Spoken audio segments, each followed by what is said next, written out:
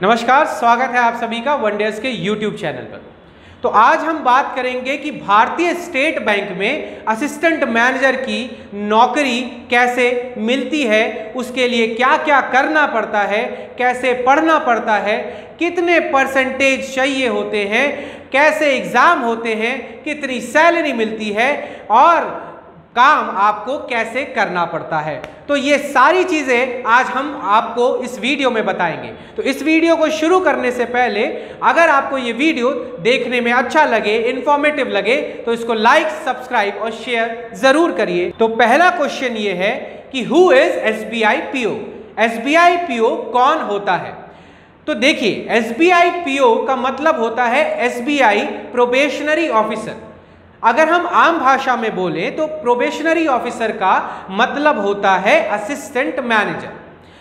अगर बैंक में एक व्यक्ति असिस्टेंट मैनेजर के पद पर सिलेक्ट होता है तो उसे कुछ समय के लिए प्रोबेशन पर रहना होता है। इस समय में वो बैंक में अलग अलग कार्य करता है, जैसे कि बैंक में अकाउंट खोलना, बैंक के कैश फ्लो को मेंटेन किए रहना, बैंक में जो भी पैसे जमा हो रहे हैं उसका हिसाब रखना, लोन देना और भी कई सारी चीज़ें। इस समय अवधि में वो उस बैंक की एक तरीके से ट्रेनिंग ले रहा होता है।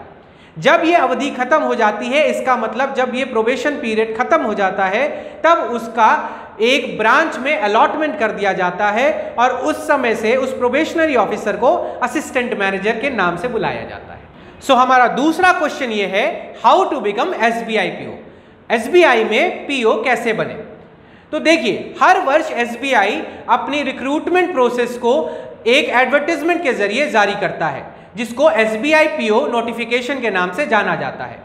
आपको उस नोटिफिकेशन को पढ़ना है और उसमें अगर आपको एलिजिबिलिटी लगती है कि आप उसमें एलिजिबल हैं, तो आप उस फॉर्म को भर सकते हैं और उस फॉर्म को भरते ही आप परीक्षा देने के लिए एलिजिबल हो जाएंगे और अगर आपने मेहनत की तो आप SBI में PO भी हो जाएंगे। तो हमारा तीसरा question, qualification for SBI PO। SBI PO के लिए क्या क्या क्वालिफिकेशन ज़रूरी होती है? बच्चों को अक्सर ये कंफ्यूजन होता है कि SBI PO बनने के लिए क्या कॉमर्स होना ज़रूरी है? तो बिल्कुल नहीं। कोई भी ग्रेजुएट जो कि लॉफुल यूनिवर्सिटी या लॉफुल कॉलेज से पास आउट हो चुका है, वो आपका SBI PO बनने के लिए एलिजिबल है। अगर कोई स्टूडेंट अपने ग्रेजुएशन के फाइनल ईयर में है तो वो भी SBI PO का फॉर्म भर सकता है, क्योंकि SBI PO की एलिजिबिलिटी ये कहती है कि अपीयरिंग स्टूडेंट भी इस फॉर्म के लिए अप्लाई कर सकते हैं। और सबसे इंपॉर्टेंट बात इसकी क्वालिफिकेशन की यही है कि आपको एक ग्रेजुएट होना चाहिए। अगर आप साइंस बैकग्राउंड से हैं, अगर आप कॉमर्स बैकग्राउंड से हैं या किसी अन्य बैकग्राउंड से हैं, इसका कोई असर नहीं होता। अगर आप एक लॉफुल ग्रेजुएट हैं तो आप इस फॉर्म को भर सकते हैं। तो हमारा अगला क्वेश्चन है कि what is the age limit for SBI PO? SBI PO के लिए एज लिमिट क्या है? तो अगर हम नोटिफिकेशन की बात करें तो उसके हिसाब से जो मिनिमम एज है एक एस्पिरेंट को SBI PO का फॉर्म भरने के लिए वो है 21 साल और जो मैक्सिमम एज है वो है 30 साल। इसके अलावा कई स्पेशल कैटेगरीज जैसे SC ST OBC और भी अलग अलग कैटेगरीज को कुछ रिलैक्सेशंस मिलते हैं। वो रिलैक्सेशंस कुछ इस प्रकार हैं। बढ़ते हैं अपने अगले सवाल की तरफ, when to apply for SBI PO? SBI PO के लिए कब अप्लाई करें? तो देखिए, जब भी SBI PO अपनी नोटिफिकेशन के साथ आता है तो वो कुछ 15 से 20 दिन का टाइम देता है। आप SBI की ऑफिशियल साइट पर विजिट करके वहां पर अपना फॉर्म भर सकते हैं और SBI PO की फीस दे करके उस फॉर्म को रजिस्टर करा सकते हैं। अब हमारा अगला क्वेश्चन है कि एग्जाम का पैटर्न क्या होता है, इसका मतलब कैसे एग्जाम को दे करके हम SBI में असिस्टेंट मैनेजर की नौकरी पा सकते हैं। तो SBI का एग्जाम 3 चरणों में होता है। फर्स्ट स्टेज आपका प्रिलिमिनरी एग्जामिनेशन होता है। इस एग्जाम में 3 अलग अलग सब्जेक्ट्स पूछे जाते हैं, जैसे कि इंग्लिश लैंग्वेज, मैथमेटिक्स और रीजनिंग।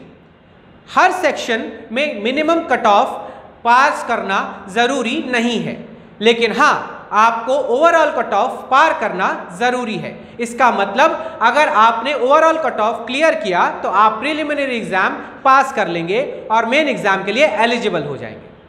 अब बढ़ते हैं मेन एग्जाम की तरफ। मेन एग्जाम्स में भी मैथ, रीजनिंग और इंग्लिश का सेक्शन होता है, पर उसके साथ साथ एक अलग सेक्शन, एक दूसरा सेक्शन भी जोड़ दिया जाता है जिसे हम जनरल अवेयरनेस नाम से जानते हैं।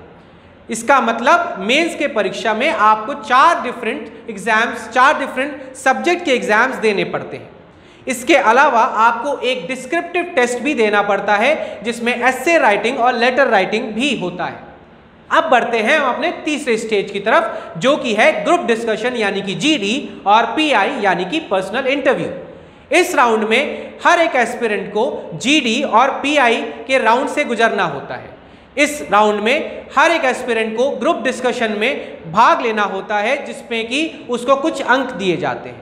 इसके बाद वो पर्सनल इंटरव्यू देता है जिसमें फिर से उसको कुछ अंक अलॉट किए जाते हैं।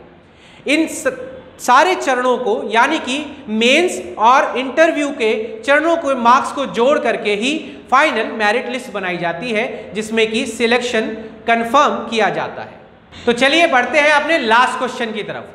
What is the salary of SBI PO? SBI PO का वेतन कितना होता है? एसबीआई पीओ का जो बेसिक सैलरी होती है वो होती है 43,000 रुपए यानी कि 43,000 रुपीज।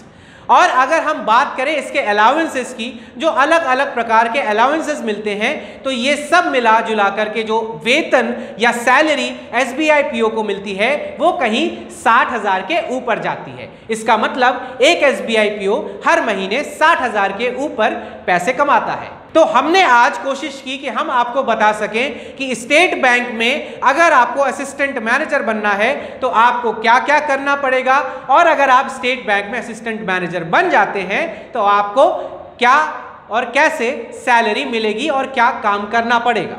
तो ये था आज का वीडियो। अगर ये वीडियो आपको इन्फॉर्मेटिव लगा हो और अगर ये वीडियो आपके लिए हेल्पफुल लगा हो तो आप इसे शेयर करें, लाइक करें और हमारे चैनल को सब्सक्राइब करें। और हाँ, जुड़े रहिए वनडेयर्स के साथ।